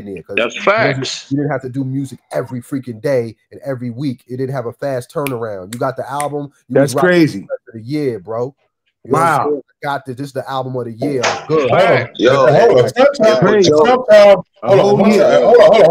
Sometimes you send about 2 of them albums because either it gets scratched up if you got a CD player, or your tape will pop because you listen to it so much. So you had about 2 albums in that, basically. You know what I mean? Facts. That's what I'm saying, y'all. You can't call people broke that supported you, that when you was in the process of being legendary or whatever, all of those broke people, those were the people that was going out buying your album. Those were the people that was going to your shows. You know what I mean? So to then turn around and say, oh, these broke people. Nah, man, broke people is who made a lot of artists in hip hop, bro. That's just a fact. Most hip hop artists started off from very, very, very, very humble beginnings and just got it out the mud. So it's like, dude, let's kill that. You started off rich. Nobody, when rap really started coming out in New York and y'all really started doing your thing, wasn't nobody out there rich, but everybody had the talent. Yo, homie, that's it. Yo, I ain't gonna front. I took that shit to heart because even when I had bread, I would never reference somebody as a broke nigga because it's like shitting on somebody, bro. And just because you on top, bro, don't mean you can't come down, my nigga. And I just felt bad when he said that shit. And you know what I'm saying? I took it personal. I ain't gonna front because I'm like, I ain't in the street. Y'all remember the days? I know some of y'all could be around my age, but the days of stacking money and being able to have stashes and shit, the crack era when niggas had shoe boxes full of money and shit, you can't do that shit no more, son. That shit is a You rap. talking about before niggas had kids and bills? Right. Yeah, so now I'm on my grown man shit. And to be honest with you, A nigga is one paycheck away from being homeless, homie. So when he said that, I was like, yo, and Math hopping all laughing. It's like you doodling on the common people, man. And everybody is not have access to millions of dollars like that. So I would never do that to anyone, son, because it's hold on 1 second. Royal, this is God born divine. What you mean? Who you talking about removing? What admin you talking about removing? I'm not understanding what you're saying. Call them out. All right, y'all go ahead, man. Parse up. I wanna piggyback something because I've been trying to say it. Because then I forget. Stacks told me the thing about when he blew up, right? He ain't put nobody on that brought him there. That's a fact. You know what I'm saying? And he just didn't shit on any. At that time, he was just shitting on everybody. Because remember, he did a lot of Spanish dudes dirty too at that time. You know what I'm saying? So he was just a foul dude, period. You know what I'm saying? Yeah, Joe is an opportunist, man. He's a fucking opportunist. And then you know what he's doing now? He positioned himself now. And I understand he had to make a transition from a rapper to who he is now. He's like a figure now. He's hosting the BET. Like, how you hosting BET Awards and you calling niggas broke niggas? That's foul. You know what I'm saying? That's fucking foul. And now, you know, he got the podcast going. All them rappers did that shit. All them rappers, yo, King of New Jersey know this. Me and King of New Jersey was actually the first dudes, like, on the internet. You know what I'm saying? Like, on the internet, on some, like, gangster passes, like, had shady passes and try to correct it. Now, what happened was the rappers jumped into our arena. Now, we can't even eat now because they had notoriety already, so it was an easy transition for them. Like, me and the King of New Jersey been doing this before it was no rapper podcast. This is me, King of New Jersey, and the only one was out at that time was Taxstone. You know what I'm saying? So Taxstone is the godfather of this shit. You feel me? So now Joe and them all jump into arenas that we established. We started the podcast and shit. Now they got so much notoriety, they like took over how we could eat. Now we getting crumbs right now. You know what I'm saying? Because they jumped in and took over the shit. No, that's a fact. That's a fact, yo. Because we came. When I came in this shit, I was going to everybody. Yo, I even went to my boy Stackstone one time. You know what I'm saying? And that was how long ago was that? There was no podcasting out around that time. Nobody had a podcast. Yo, Elevation Allah. So Elevation Allah, everybody got their opinion, son. I'm the true of a guy. You know what I'm saying? I ain't gonna stop him from having his opinion. If anybody don't like what he say, then it's what it is because he's saying what he's saying in the chat. What he said? I don't know what he said because I don't know what he said because I can't read it. We building. I'm not worried about this chat. I got admins in here that can handle that. Yeah, just to be clear, nobody disrespect. He's saying born is allowing disrespect. That I mean, you know, I'm looking at the chat now on my phone, and he's saying born is allowing disrespect. Who's being disrespectful? Nobody's disrespecting FBA on here. I know that. So he's talking crazy. You got to read the room. You probably ain't watched the video from the beginning. That's another reason I got off the internet. You can't control the type of people you talk to. It's some people with like mental illnesses, man. You be talking to people that's crazy. I dropped the link. Cuban Crisis. I dropped the link and I sent it to your DM. Chat gonna be the chat. Hey, you know, but it's cool to disagree. Like people, it seemed like we at a point to where people can't agree to disagree no more. Like people act like if you disagree, oh nigga, you stupid. It's like, bro, I don't look at it the same way as you do, but that's okay.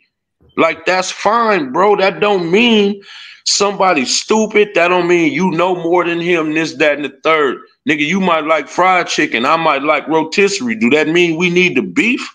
I mean, goddamn, opinion. We not robots, y'all. Y'all know this. People are going to look at it through a different lens. Ain't nobody going to look at things the same, but it's okay, though. Like, you'll still live. You ain't going to lose no sleep. You still going to get your paycheck. Your bills are still going to come. Like, nothing is going to change because you disagree with somebody. And I don't think because somebody disagree with you, like, that warrants disrespect. That is so weak to me. And first Yo, of it all, is weak because you could take those same principles and apply it to relationships. If you talking to a woman in a relationship and you having a disagreement with her, and she can't, and she start yelling, right? Like say you're having a disagreement, and your lady start elevating her voice, and she start, and you got to calm her down, like, baby, we just having a disagreement. Why are you getting so elevated?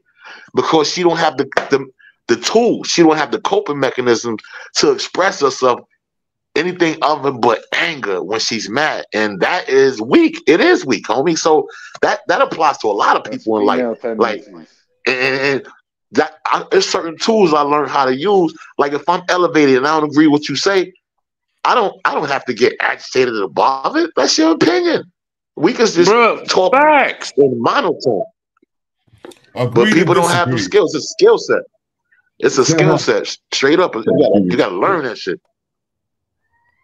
Like, I mean, you know, bro, I've really gotten into an argument with a guy before, like, okay, and it wasn't over nothing. Biggie, hold on 1 second, Biggie. We got the guy, Cuban Crisis to build a piece to the guy. Salute, Lord.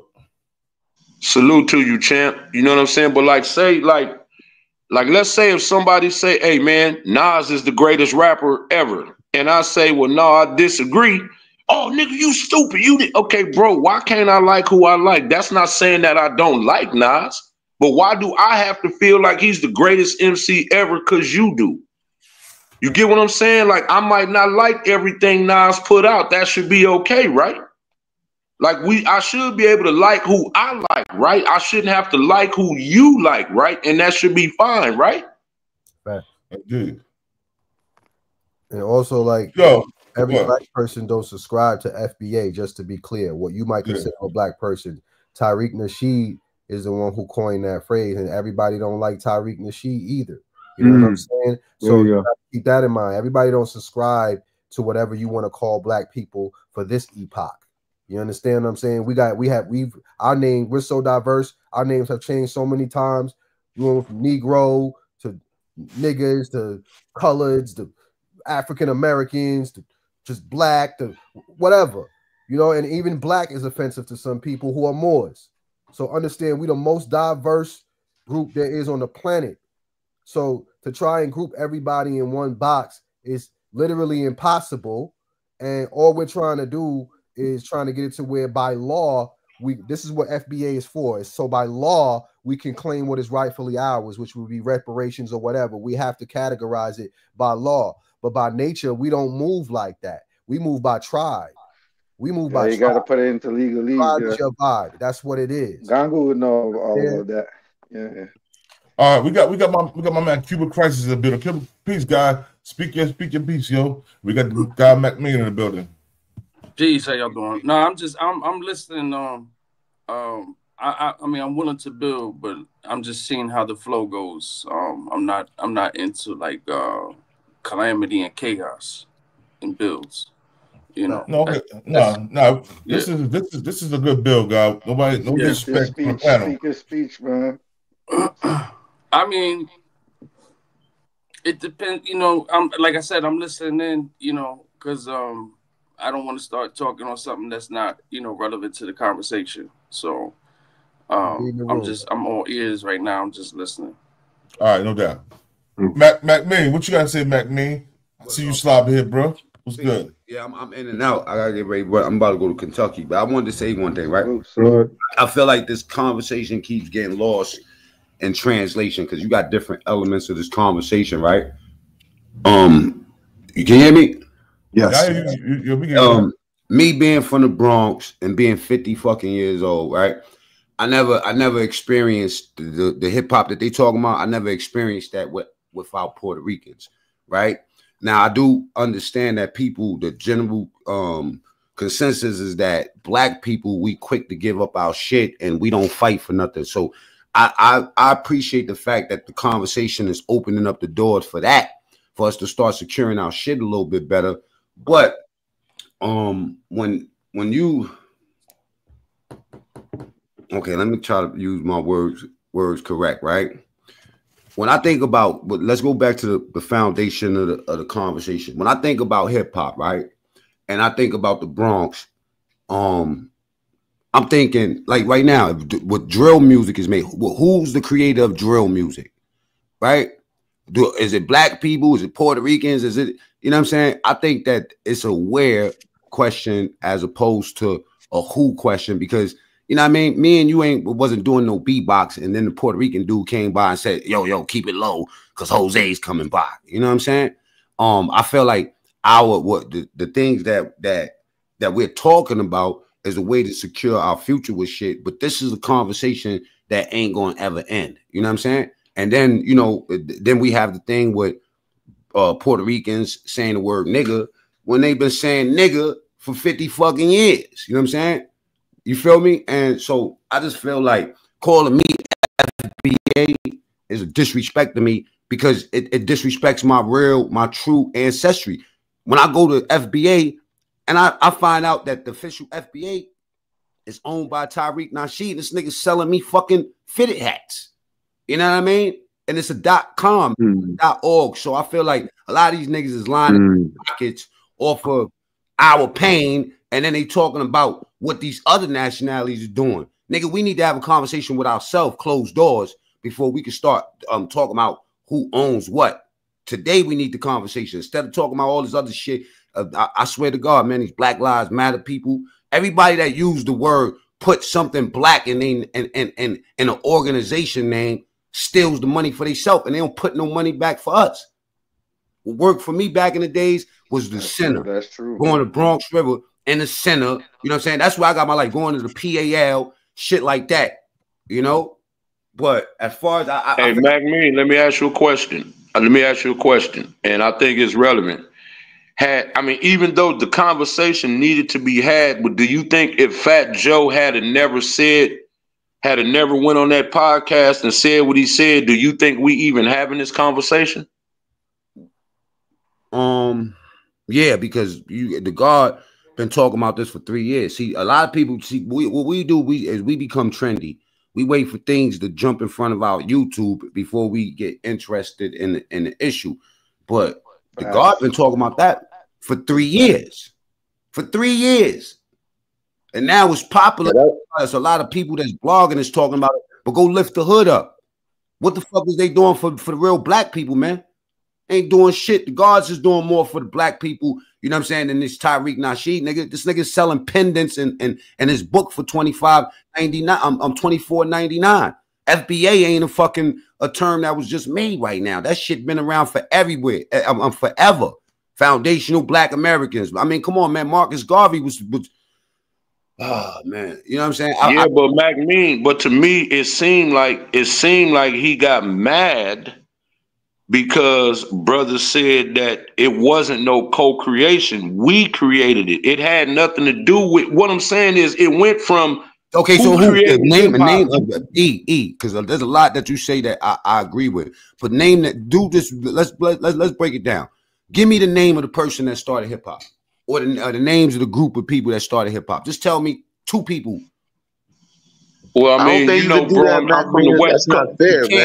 You can't do it. Yeah, I'm from the West Coast, bro. So it's like I wouldn't know from your perspective. Like, let me give you an example. Like, by the time we heard of who Big L was on the West Coast, he had already met his demise. You see what I'm saying? Like, we didn't know who he was until after the fact. So by hip hop starting out there where y'all at, okay, y'all know those people. You know what I'm saying? We got to find out about I'm telling you, I'm 50 years old and I don't know who started hip hop. Only thing I know is Kool Herc. I'm gonna tell you something. I know who started hip hop. I'm gonna tell you who started hip hop. Yo, we gotta go back to the 50s. That bebop, that doo-wop. That's who started hip hop. Yeah, thank you. It's a dude named Fetchin', right? It's a couple of dudes that got hip hop records. They got like it's this bebop thing, right? That they was talking and it was rhyming and it had a beat behind it. That's hip hop. And they say hip hop started from bebop and a toast. The toast, like how you rank on each other. That's the toast. Dolomite and them niggas, bro. Yeah, you ain't lying. That's a fact, bro. We always had that rhyme scheme going on with beats going on. So if you want to go way back, So my inception of hip hop, that term started a hip hop from the homeboy from Flash and the Furious 5, right? So boom, we got that. But when I seen hip hop develop, when I was what, 7, 8, we used to go. They used to call it the jams. It wasn't hip hop. Like we going to the jam. The jam was at the park. When you go to the park, you would have a DJ, and he was the premier person. The DJ was the MC. The DJ was the nigga. So in your hood, you had a couple of DJs. Every weekend, you know that it's going to be a jam in the park. Usually some type of school park or whatever. When you get in that park, you will have a DJ, he have 2 mixers, and he will have an amp, and he will have a big speaker, and he will have mixers, and he have 2 turntables. That was hip hop. And the hip hop started from break beats. So when them break beats was coming on, we was dancing to Apache break beats. It was all break beats and James Brown type of shit. And when they start scratching, and groups like Chic that had Good Times, Shalimar, all them groups, and James Brown and all them samples, that's how hip hop started, with the scratching. And the way we used to record that, you used to have to take your box to the park and get a cassette tape and record the jams. So it was the jams that established hip hop. And there was really no MCs at the time. There was just a hype nigga. The DJ was like the hype nigga. He was like, yeah, y'all. And then MCing didn't start. I didn't really start seeing MCing until I heard that tape from Kool Mo D. Like everybody heard that shit was all around the whole city when he blew Busy B and Funky 4 plus 1 more, Shot Rock. You started hearing these tapes and shit. And that's the beginning to me of hip hop. When I started hearing DJ scratching in the park, break beats, it was nothing but break beats, break beats. And niggas was freestyling. Niggas was doing dances that we call freestyle. Well, we used to, spin, do all that shit. Other than that, at that time, I didn't know one MC. I didn't know one MC at that time until later on the MC started to develop as the master of ceremony. Hold on. You know what I'm saying? Sit down and shut up, sports entertainment, man. Knock it the hell off, bro. Stop trolling all the time. You know no hip hop is part of Jamaica, nigga. I'm gonna be right now. Get a rope and hang yourself with that BS you talking, bro. Brazil, go ahead, man. Hey, can I say one thing before I leave? Stack, salute, bro. I ain't see you in a minute, man. Happy holidays to everybody. What up, Mac Mean? My nigga Mac Mean. Born my comrade, like, bro. Hey, I just want to say this, that I'm for black pride. I'm for shit that help us in real life. I'm tired of people that look like us stealing from us, you know what I'm saying, and then confusing us with these, you know what I mean, like conversations that kind of get lost in translation, and it pushes us back. Because when I go, like I said, I look under the hood, and I'm like, all right, I want to start some FBA shit, try to help some people out, so I could, use the name to create a center in my hood, you know what I'm saying? Okay. And then I go check out the, if this is legal, and then Tyreek, now she owns it. So they saying, yo, what's wrong with a nigga selling hats? He not selling no motherfucking hats to fix us.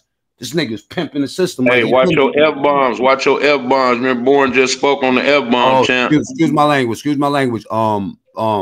He's not doing things to line our pockets. He's doing things to line his own pocket. So that's the only problem I have. I don't think that there's really a question of who started hip-hop. But if niggas want to talk, if brothers want to talk about that, then we could talk about that. But when I go look at FBA itself, I feel like it's a disrespect to call me a black man anything FBA, man. Call me FA, Foundational American. Well, let me ask you a question before you get off here. What you think about what Sadat had to say about the situation with Fat Joe and Lord Jamal?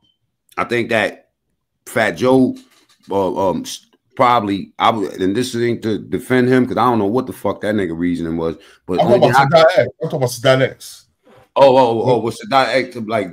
I didn't hear what Sadat X said. I was thinking about Lord Jamal. I seen what you said earlier about Sadat X said, "Yo, I don't give a f about none of this. You know what I'm saying? Keep me out of it. This and this and that." He was like, "I wouldn't say that at Fat Joe's face." And he started calling all the black people niggers with the hard ER at the end. Well, Sadat, my man, I know him personally. I just don't know what his reasoning was for. I feel like he trolling. I feel like he doing what I be doing. I'm trying to make dudes think a little bit different. You know what I'm saying? I think that the whole conversation started from what Fat Joe, what this part of it started from what Fat Joe said. But you got to remember, like if I said fuck them FBA people, I will be talking about that organization because it's actually an organization owned by Tariq Nasheed. You know what I'm saying? I'm hearing everybody running around saying I'm FBA. So when he said that to address that to Tariq Nasheed and that organization, a lot of people jumped up and said, well, he's saying that about black people, or he's saying black people. And so now we have the issue if Fat Joe's racist. You know what I'm saying? And somebody's doing the video tonight. I think somebody was saying in the chat, I think Lord Jamar's doing an interview with I forgot who he's doing it with. But I feel like Sadat X might have been trolling. You know what I'm saying? Because he the guard. Hey, but look, why would we take it as that? Like, for example, I said this last night on 5/5's platform. If let's say if Fat Joe was 50 Cent, right? And he went to a barbershop and, you know, just reversed it, like said that he said, like he was saying some stuff like that about some Ricans, and they said, and he said, oh no, I'm not talking about all Ricans, just this specific group. Nah, most Ricans will say, nah, bro, you dissing us as a whole. Like, you know, if you got a problem with those individuals, say those individuals, but can't no rapper, nobody else. Like, okay, you got some brothers that don't agree with FBA, but you got some people that do. You can't tell them that they can't refer to themselves as FBA. And does that mean that they have to be disrespected? You remember, all this disrespect only came about because black people said, no, it wasn't no co-creator. We did it all ourselves. Didn't nobody say, oh, you racist this, you racist that. Them comments came off of people saying, no, it wasn't no co-creators. We did it ourselves. I mean, we can use that on both ends. We can say that the way this conversation is going, niggas is disrespecting, brothers is disrespecting Puerto Ricans all day just because of what Fat Joe said. It's almost like it's bringing up. I don't know. I'm not taking it as Fat Joe disrespect me because he said fuck later for them FBA dudes. You know what I mean? When FBA, but what about the people that consider themselves FBA though? That's what I'm saying. It's a great deal of people, black people, that consider themselves. If you don't have to, that's cool. I get it. For the people that don't, the ones that created that organization, not the ones that identify as that. Okay, but what color are the? But what color? You still talking about black people though? You're still talking about black people. They just refer to themselves as FBA, but you still saying pretty much F them niggas. That's still what you saying. All right, copy. I get what you're saying. We you know, it's a sensitive topic, and a lot of black people might want to, you know, voluntarily take it as if he's talking to them. But when I go look at the FBA and I listen to what the man said, he was talking about Tariq Nasheed. Now everybody, you know what I'm saying, is black. No, he mentioned Lord Jamar too. Oh, Lord Jamar identifies as FBA. Ain't he down with that? Yeah, but Fat Joe mentioned Lord Jamar too. I'm foundational American and I'm black. You know what I mean? Mm-hmm. You know what I mean? Call me FAB. All right. Salute, brothers. I got salute. On the road. Bro. All right, champ, for sure. Tap in with me once you're done, man. All right, no doubt. I got you. Peace, y'all. Peace. Hey, I'm just saying, man, if you're gonna have a problem, just have a problem with the people you have. Because what I'm saying is, it's a lot more people, black people, that's signing up for FBA than what people want to admit. Like it's some kind of gang. FBA is not a gang. You get what I'm saying? So when you say that, that would be just like if somebody, like if it was a Puerto Rican gang, and all Puerto Rican gang, and somebody said something derogatory about that gang, you're gonna probably have you're probably going to have Puerto Rican non-gang members that's probably going to feel some kind of way too, just because you're still talking about Puerto Ricans. You see what I'm saying? It's like you can't tell black people what they want to be referred as. If you got some people, and it's a lot more than I think what people think, want to be referred to as FBA, okay, that's cool. You know what I'm saying? But you still, when you go up there and you single out those people, you know what I'm saying? You're still talking about black people. If you got a problem with, sir, you could have just said, I got a problem with Tariq and Lord Jamar for following this. But you don't say, yeah, them niggas got the right one this time. Them niggas don't know who they fooling with. You know what I'm saying? It's like, come on, bro. Yo, and like I was saying, Jamar, what you think of the whole thing now? Say everybody speaking their piece, man. How you feel about the FBA and the Foundation of Black Americans and what Sadat X had to say about it, and everything in the circumference of this conversation? FBA is a result of just different levels of action within the conscious community. Some people take it to the extent where they actually want to go and file for reparations and fight for the things that black people need, and they're willing to put themselves in that space. Like they'll go and they'll say, you know what, I'm not going to vote Democratic or Republican. I'm the independent party. I'm going to create my own party. I don't have a problem with black people, you know, creating what they need to create to cut through the fog of what we need, right? Gotcha. I do have a problem with, you know, when we don't defend what we're building. You know what I'm saying? Because then what happens is that's how infiltration comes in and people take things over, and then we complain about what we don't have. But yet while we were building it, we was knocking it the whole time. You know what I'm saying? It's the same thing with hip hop. You know what I'm saying? And we let certain people, demographic of people in that don't really respect it. You know what I'm saying? Or people that disagree with it, you allow them in the space, and then now it becomes an issue. So that's why it's something where, you know, Tariq Nasheed has created energy behind it to where it's like, yo, if he coming for one, you coming for everybody, because we're looking at this as these are the representatives that is going forth. Like, even though I don't agree with Tariq Nasheed on a lot of different things, these guys are working regularly every single day to do what they need to do on behalf of black people, you know, to provide information for black people that wouldn't have access to it normally and in a authentic way, history and things that we need. You know what I'm saying? So unless we're taking that initiative, we can't knock it. You know what I'm saying? So I'm not going to knock it, but you know, I know if I wanted to be a foundational Black American, I'm accepted. If I wanted to be a Moor, I'm accepted. If I want to be a Hebrew Israelite, I will be accepted. I can be in any one of these categories. You know what I'm saying? And I would be accepted because we come from that. So we have to be able to see that, you know, esoterically. Everything ain't always written in stone and on paperwork. I don't care about the trademarks and all of that, because that's what politics and how you have to identify yourself. But the general consensus of it and the theme of it is that we're talking about, and we know who we're talking about when we say black people, right? So now there are foundational black people who didn't come over here on boats. Now, if you don't know that, that's probably why you need a Tariq Nasheed. You need to learn about hidden colors. You need to know that there were people that were here prior to Christopher Columbus, and they were here prior to becoming slaves too. You know what I'm saying? Like, there were natives here, and there were Moors, and there, you know, all different types of, you know, maroon. Like, black people are so diverse. So I'm not knocking it in any way, shape, form, or fashion. I think black people, anytime we coming up with something, you just got to be tapped in and pay attention to it. It shows that Fat Joe wasn't fully tapped in the way that he said. If you black, you would have known the extent of that when you're saying what you're saying. You would know that if you're black, you're speaking against yourself now by calling out FBA. Yeah. You know, you gotta. Jamal, I want you. Jamal, I want you to hear what Raheem from the Furious Fire had to say about Fat Joe real quick. I'm just let y'all listen to it for a minute. Hold on. Understood what we were doing, and once they understood what we were doing and they knew how to do it, then they became black Christians. Not until so them being 50-50 is cat. That's dead and sticking. Yeah, dead and sticking.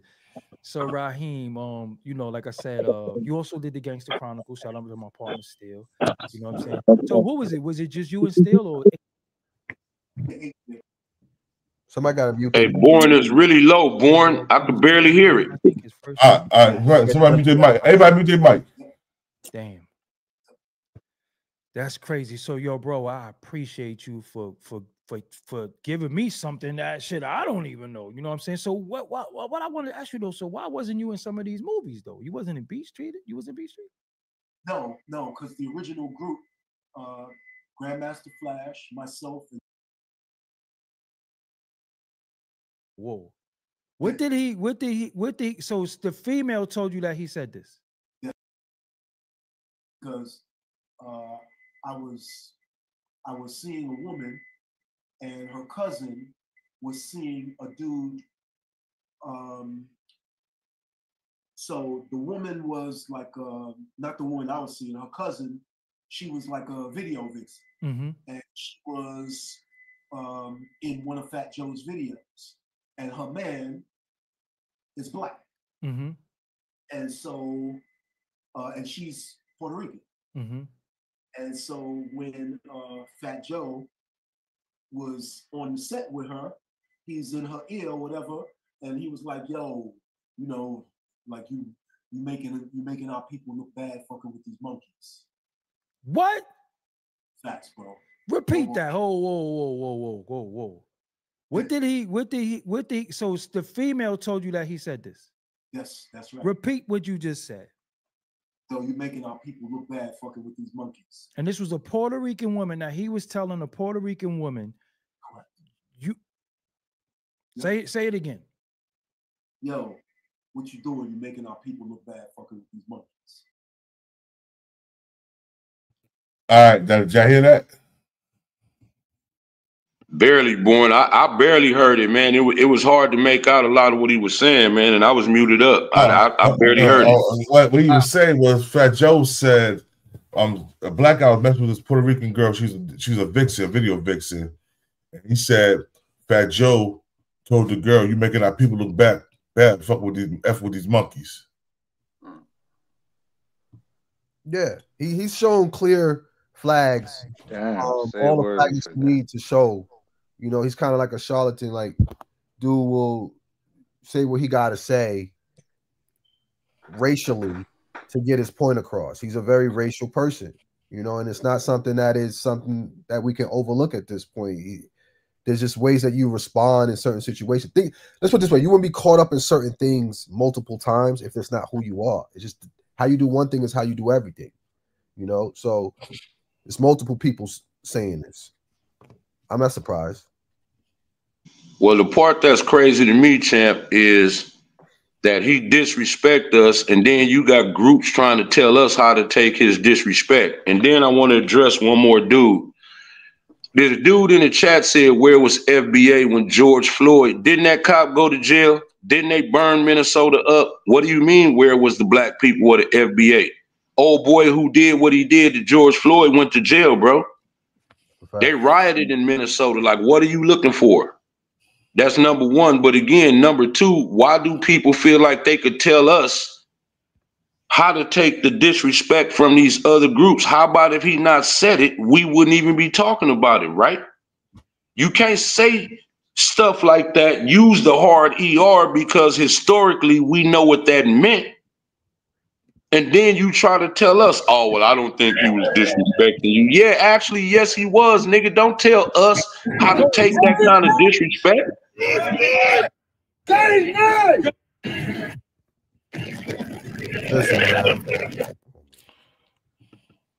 Yeah, man. But you know, that's I feel you, Big E. Don Roach, what you got to say about what you just heard about what Fat Joe said about old boy to old girl? Go. You still there? Yeah, I'm still here. What you just heard what Fat Joe, Raheem said Fat Joe said to the Puerto Rican chick for dealing with a black guy, talking about you should be effing with those monkeys. I mean, honestly, it just made me reflect on I knew this white kid who had some property, and his mother had some property around where Fat Joe grew up, and they had these stores by Lincoln Hospital, and you know, I used to hang out with this cat because I grew up with him, and Fat Joe knew him and knew his father and all this type of stuff. The respect that he used to show them was so crazy. You know, I would be like, "This is Fat Joe," like, this, you know, he wouldn't treat a black person like this. Like, you know, like oh, how's your mom? Anything I could do for them? And it was kind of crazy, but I could definitely see, you know, him. I could definitely see him. Like I said, they said he voted white. I mean, just accept it. You know what I'm saying? Like I'm out of words. I don't really know what to say. Like, you know, I mean, I'm convinced. That's all I could say. Well, I'm convinced too, and I appreciate you brothers for coming up here today. The God Cuba Crisis, peace to the God, man. I'm glad you came up here and just sat down and listen. Yo, Jamar, you know what I'm saying? Jamar Milton, man, I appreciate you, bro, for coming up here. The Mac Mizzle Show, salute to you. You already know. Are you about yeah, if you want to say so, go ahead. You can say what you got to say. I just want to say, I'm not going to be long-winded, man. You good. You know,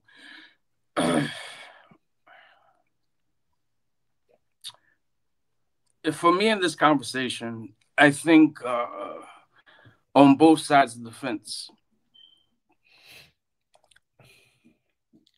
there's too much generalization, right? So, you know, like, for example, Sloppy Joe. Sloppy Joe does not speak for so-called Latinos.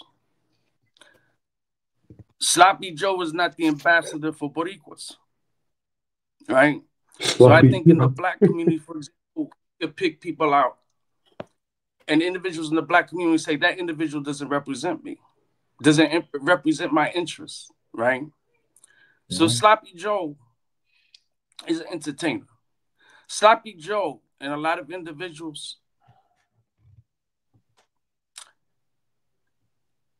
is what Malik Shabazz spoke about the entertainers.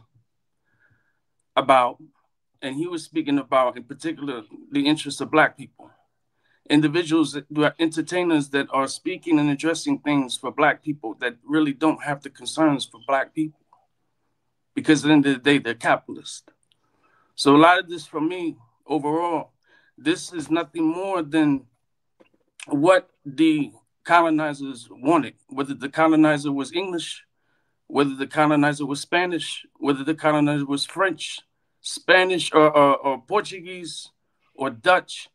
The intention was to divide for economics. So when you have people in the Caribbean, when you have so-called Latinos, here too, that are, first of all, calling themselves Latinos, I actually appreciate when I see FBA calling them Latinos, because you're not a Latino. You're not Central Italian. You didn't dictate that term. The consensus of the people did not dictate Latinx, didn't dictate Hispanic, didn't dictate none of those colonized names that divided even so-called Latinos. So so-called Latinos are divided. And the individual thinks I'm better than the Mexican. Who taught you that? Why is the Mexican the lowest on the totem pole of so-called Latinos? Who taught you that? So then expect there to be ignorant so-called Latinos that would view blacks as the same. Because going back to colonization in the Lacoste system, which was a social construct dealing with race and nationality that the Spanish and Portuguese concocted. This is why you have the term Negro, which Negro comes from. Negro denoted a West Central African that was a slave, was at the bottom of the totem pole of 16 classifications of races. Blanco, white, was at the top. There was no white people calling themselves white. Indio, Indian, mulatto, quadroon, octoroon, all these terms. This was here. This was in these locations prior to the English enslaving the indigenous and African people here. These were concepts that the English adopted and implemented into their teachings here of institutionalizing and indoctrinating people. Why? Why would you want your property to have power? Why would you want your property to overrun you? So let's divide. So we're divided. This is bigger than Sloppy Joe. This is bigger than Nasheed. This is the goddamn capitalist white supremacists, and we are doing the biddings of the capitalists, but we all turn around. regardless to what your ideology is, regardless to your complexion, regardless to your location, everybody's saying the same thing. Everybody's saying, I'm against the colonizer. I'm against the capitalist. I'm against racism. This is what's happening. We're bigger than this. If it wasn't for Black Americans, me as a Cuban, I would not be who I am. I would not have met Dr. Khalid. I would not have done security for Dr. Khalid. I would not have ate dinner with Dr. Khalid. I wouldn't have met a lot of people. I'm 46. I would not have been the person I was. I wouldn't have been into the things I was. I always give homage to Black Americans. Always. So so-called Latinos that don't give respect where respect is due is because they don't have a knowledge of self. They don't have no type of history. They don't have no type of education politically. They don't look at the things on a grander scale. And it goes across the board. We are all doing it to each other for what? For what? For what? For what? What are we gaining from this? What are we gaining from this when we have the prison industrial complex system? What are we getting from with the crime in our community? With all the problems that are going on, and this is what the fuck this is what our concern is. And to add on it to close, I was a member of the Zulu Nation from 14 to 36 or to 37. My last post I held, I was one of the national spokesmen. Lance Taylor is nothing but a low down, dirty, charlatan pedophile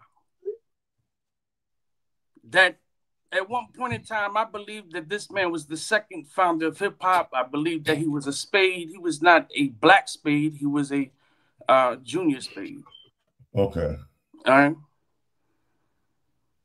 I believe that at one point that he created Zulu Nation, along with the 4 other brothers, that they created it to unite Black and brown people for the purposes of combating capitalism, white supremacy, and the police state in the Bronx by using hip-hop as a means and a vehicle to do so. I believe that. I don't believe that no more. I believe he created it because he was a sick man. He's a pedophile. He used it to justify his activity. Now in that, and this is why I'm closing, the hip-hop community has done an atrocious job of addressing that whatever your perspective is, who created hip-hop and how hip-hop is created, at the end of the day, there's this dude in it that you cannot omit, and that's Lance Taylor. Why has the hip-hop community not addressed a pedophile? These same individuals that many of you talk about, I'm not going to say I know Raheem. I've met Raheem. I've had bills with Raheem, right? A lot of these people, none of these people said anything when they came amongst us. As young kids, to even growing, nobody said anything about him. But everybody knew. Everybody knew. What's the point? It is called priorities. Priorities. That's not addressed. That's a problem. That is a huge problem. And all these people that are founders or pioneers and this guy spanned on his earlobe in 1967 and this guy, whatever he did, but y'all knew and said nothing. That's a problem. And that is the elephant in the room that nobody wants to talk about. That's a problem. That is a huge problem. So for me in this, that's why I really don't care who started hip hop. I don't. I do think it was Black people. I do think that there was other people that got involved. Absolutely. But in all that, what is it changing systematically? Nothing. But we got this guy that's flying around the world that's probably still molesting kids and other individuals that knew. And who's to say who? It's disgusting, man. Priority. But yet Zulu Nation says it stands for knowledge, wisdom, and understanding, which they got from the nation God's earth. Man, woman, and child, sun, moon, and stars. How are you about a man, woman, and child? How are you about the babies and your leader and somebody considered a second founder or somebody who is so highly influential in this culture is a goddamn pedophile? Make that make sense. You're 100% right, bro. You're 100% right. Because I'm gonna tell you, when I was in Atlanta, I was DJ Red Alert bodyguard. And we went to a party at Africa Barbada house. Now, I didn't know this house was Africa Barbada's. I didn't know it was Malachi York's house. It was on Malachi York Estate. And Africa Barbada had young Puerto Rican boys dressed up like Egyptian princesses. Make them up to the T, bruh. That's the last time I worked for DJ Red Alert because I wasn't feeling that. I got a bow there. I was like, yo, don't ever bring me to a place like this again. And I cut him off because I felt as though that's savagery. You're supposed to be giving knowledge of self, you know what I'm saying? But what you're doing is you use your wise words of wisdoms to how you say it, to woo these young boys, and they're doing what you want them to do. And the sudden I can't put up with that. And as soon as I seen that, I started talking about it. Everybody said, "Oh, you lying? You lying? Everybody didn't do this. Everybody didn't do that." Like, yo, bro, he did it, bro. And now, all these years later, this shit coming to the forefront. Bro, I used to see Bambaataa. I used to go to the store in Teaneck because my mother was in Teaneck, New Jersey. I used to go to the store and see Bambaataa. You know what I'm saying? Like he was laying low in Teaneck like all these years. Mm-hmm.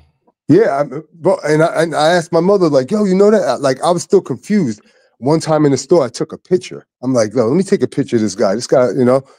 And I sent it to Star from Star in the Morning. I'm like, yo, is this Bambaataa? He's like, yo, that's Bambaataa. I'm like, yo, he lives around the corner from my mother. That's fucking crazy. Damn. Yeah, yo, yeah, he was staying in Teaneck. Crazy. All right. Anybody else want to say something before we end this? Because the guy got to get in the shower. Salute, my people. Salute, my boy. Yo, my bad, bro. Yo, we had a wild live yesterday on the same, well, not obviously on what Sadat X said, but you know the topic at hand, right? And to be real, yeah, I ain't even really sleep if you can't tell in my voice, yo. Yeah. Yo, not even dealing with like on a negative, but breaking this negative conversation that people are trying to put around us Puerto Rican and us black people, because I'm Puerto Rican, for those of you who don't know, and Born is like my brother, B is my brother. People, we know each other. And being like, oh shit, I can't even get mad because Big E is in the building and I showed up late and he was on my panel. So yeah, damn, bro, I look like a piece of shit, Big E. Salute, bro. Yo, salute, y'all. Yo, Jamar Milton, man, Jamar, Cuban Crisis, piece of the guy, Big E. Salute. I'm glad y'all came up here. The Mac Mizzle Show. Salute, bro. Yes, sir. Gongu Roach, you know we gonna holler. And yes, sir. Peace and holler. Black power. You know what I'm saying? Let's get it. Peace to the gods. Salute, brothers.